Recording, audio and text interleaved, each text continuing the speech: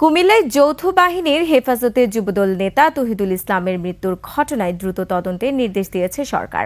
প্রধান উপদেষ্টার press wing এর বিবৃতিতে কথা জানানো হয়েছে। এদিকে যুবদল নেতার মৃত্যুর ঘটনায় সেনা ক্যাম্পের কমান্ডারকে প্রত্যাহার করা হয়েছে বলে জানিয়েছে আন্তঃবাহিনী জনসংযোগ পরিদপ্তর ISPR। অন্যদিকে দোষীদের বিচারের দাবিতে মানববন্ধন করেছেন নিহতের স্বজন ও এলাকাবাসী। গভীর উদ্বেগ ও ক্ষোভ প্রকাশ করে ঘটনার সঙ্গে জড়িতদের বিচার দাবি করেছে বিভিন্ন রাজনৈতিক দল ও মানবাধিকার সংগঠন। দর্শক, কুমিল্লা প্রতিনিধি হুমায়ুন কবির রনির পাঠানো তথ্য ছবিতে ডেস্ক রিপোর্ট। প্রধান উপদেষ্টার প্রেস উইং এর বিবৃতিতে বলা হয়, নিরাপত্তা বাহিনীর হেফাজতে নির্যাতনের অভিযোগের পরিপ্রেক্ষিতে কুমিল্লায় শুক্রবার গভীর রাতে আহত অবস্থায় তহিদুল ইসলামকে হাসপাতালে নেওয়া হয়। অভিযোগ অনুযায়ী শুক্রবার ভোরে তার বাড়ি থেকে আটক করার পর তিনি নিরাপত্তা বাহিনীর নির্যাতনের শিকার হন।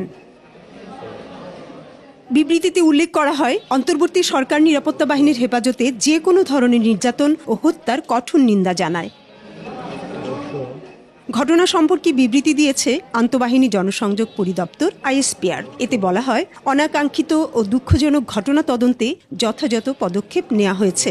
মৃত্যুর কারণ উদ্ঘাটনের জন্য উচ্চ পর্যায়ের তদন্ত কমিটি গঠন হয়েছে। তদন্তে দোষী সাব্যস্ত ব্যক্তিদের বিরুদ্ধে সেনা আইন অনুযায়ী ব্যবস্থা নেওয়া হবে।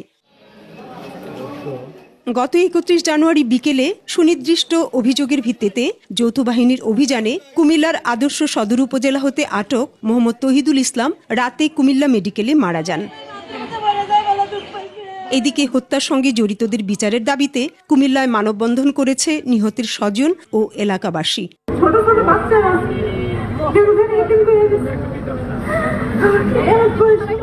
আজকে বিকালের মধ্যেই বলছে ওনারা আমাদের সাথে বসবেন, আমাদের সাথে কথা বলবেন এবং আমাদের সবার যে ক্ষোভ, যে বিচার, ওনারা সেটা ব্যবস্থা করবেন। দ্রুত বিচার না হলে কঠোর আন্দোলনের হুমকি দেন তারা। Banushree Dolly, desk report, 21 television.